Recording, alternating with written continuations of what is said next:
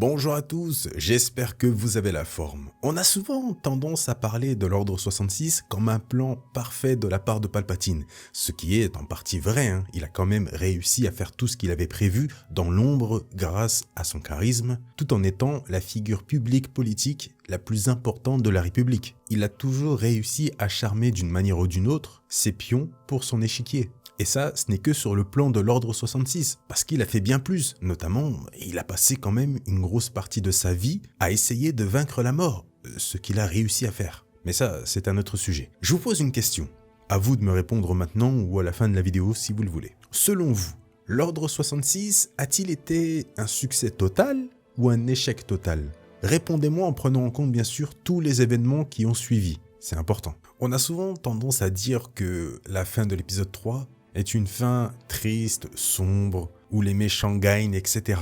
D'un certain point de vue, sur le côté triste, je suis totalement d'accord. Mais sur le côté les méchants gagnent, de mon point de vue, je ne suis pas totalement d'accord. Alors attention, bien sûr, c'est mon point de vue, c'est ma vision des choses. Je ne suis pas obligé d'être d'accord avec vous, comme vous n'êtes pas obligé d'être d'accord avec moi. Alors oui, la fin de l'épisode 3 est tragique, avec le basculement d'Anakin dans le côté obscur, la mort de Padmé et surtout l'Ordre 66. Sauf que dans toute cette tristesse, il y a un événement qui pour moi relève complètement la situation. C'est la naissance du nouvel espoir, puisqu'on a Luke bien sûr qui réussira à mettre fin au plan de Palpatine, et nous avons Leia qui réussira à mettre fin au plan, cette fois-ci, de l'Empire. À deux, à leur manière, ils ont sauvé la galaxie. C'est pour cela que, pour moi, à mes yeux, l'épisode 3 n'a pas une fin totalement tragique, triste, etc., comme on le vante souvent. La naissance des deux espoirs signifie à elle seule que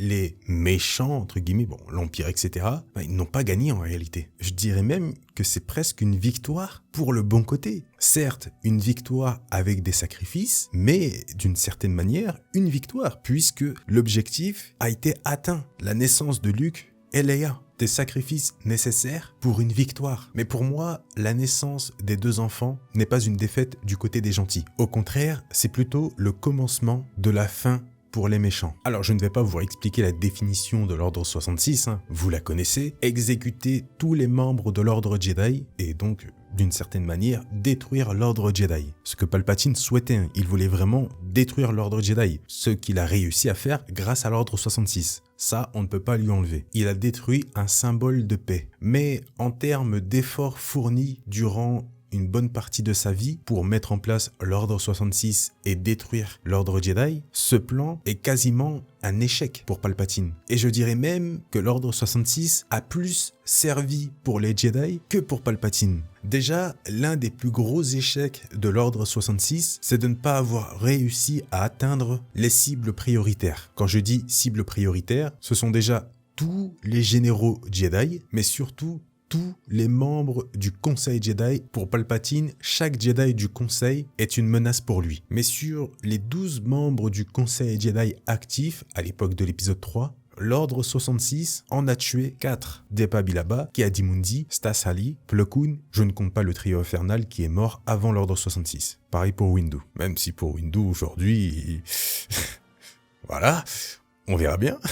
Je ne compte pas aussi Shakti puisqu'elle a été tuée non pas par des clones avec l'Ordre 66, mais par Vador. Le problème dans tout ça, c'est que l'Ordre 66 n'a pas réussi à éliminer tout le Conseil Jedi. Et le pire dans tout ça, c'est qu'il a laissé en vie les membres du Conseil Jedi les plus problématiques pour Palpatine. En survivant, il reste Obi-Wan Kenobi, Oppo Rancisis, Yoda, Hitchcock. Bon, pour l'instant, on peut enlever de l'échiquier Oppo Rancisis et Hitchcock, lui, sera tué plus tard par Vador, mais il n'a aucun impact. Donc, next. Mais dans l'eau, il reste les plus chiants, en fait. Obi-Wan Kenobi et Yoda. Vous le savez aussi bien que moi, la survie d'Obi-Wan a ensuite ouvert la porte à la première partie de l'apprentissage de Luke et la survie de Yoda à la dernière partie. Deux éléments, deux maîtres Jedi qui ont causé indirectement la défaite de Palpatine. De tous les membres du Conseil Jedi, c'est ces deux-là qu'il aurait fallu tuer en priorité, puisque c'est avec ces deux-là que le sort de la galaxie s'est joué, et l'Ordre 66 a complètement échoué dessus. Après, bien sûr, oui, l'Ordre 66 a tué beaucoup de Jedi, on peut même dire qu'il a détruit l'Ordre Jedi, mais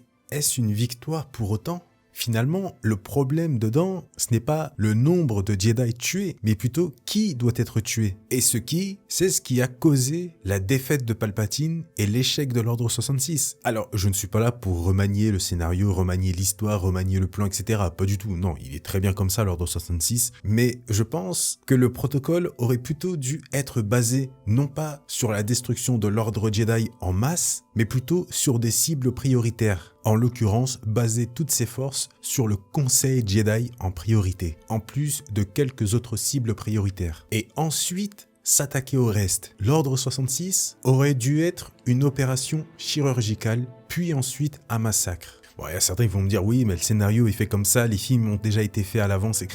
Je parle pas forcément du scénario, là je parle vraiment du lore, avec une petite remise en question. Comme je vous l'ai dit, je ne suis pas là pour remanier les films, tout ça, non. Je ne suis pas ce genre de puriste qui veut remanier quelque chose parce qu'il n'a pas aimé l'histoire. Hein? Donc voilà.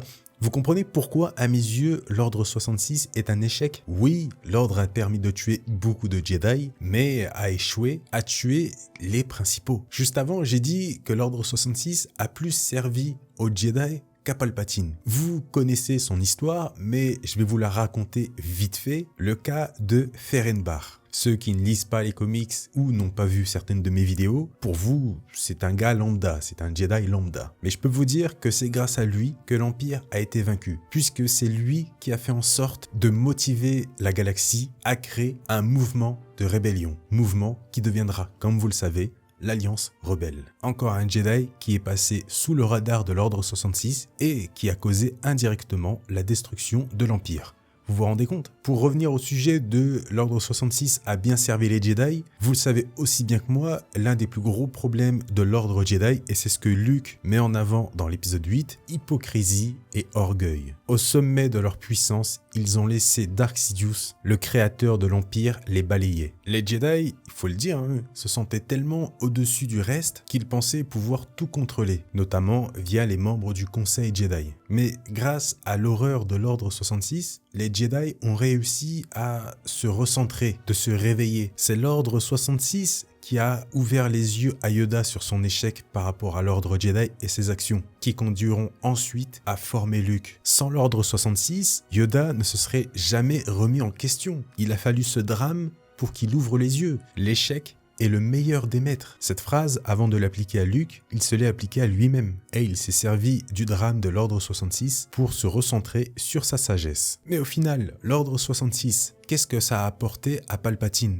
La destruction de l'Ordre Jedi? Oui, si vous voulez. Mais est-ce que c'est l'Ordre Jedi qui a ensuite détruit l'Empire et tué Palpatine? On est d'accord que non. La destruction de la République Galactique a eu plus d'impact pour Palpatine que la destruction de l'Ordre Jedi. Voilà pourquoi à mes yeux, d'un certain point de vue, l'Ordre 66 est un échec. C'est un plan excellent et ingénieux, mais qui a été mal exécuté. Et surtout, qui a provoqué indirectement la chute de Palpatine et la destruction de l'Empire. L'Ordre 66 a échoué dans l'élimination des éléments perturbateurs pour Palpatine. Et je ne parle pas forcément que de Yoda et Obi-Wan. Non, je parle de tous les autres Jedi qui ont survécu et qui ont apporté leur pierre à l'édifice. Ferenbar, Kanan Jarrus, Cal Kestis, Ahsoka, etc. Ils ont tous participé de près ou de loin à la destruction de l'Empire et à l'échec de Palpatine. Et ce drame qu'est l'Ordre 66 a surmotivé les survivants à se battre contre l'Empire. Dites-moi ce que vous pensez de tout ça, donnez-moi vous votre avis par rapport à ça. Comme je l'ai dit encore une fois, c'est ma vision des choses et un certain point de vue. Bien sûr que l'Ordre 66 est un plan extraordinaire, mais chaque plan a ses faiblesses et l'Ordre 66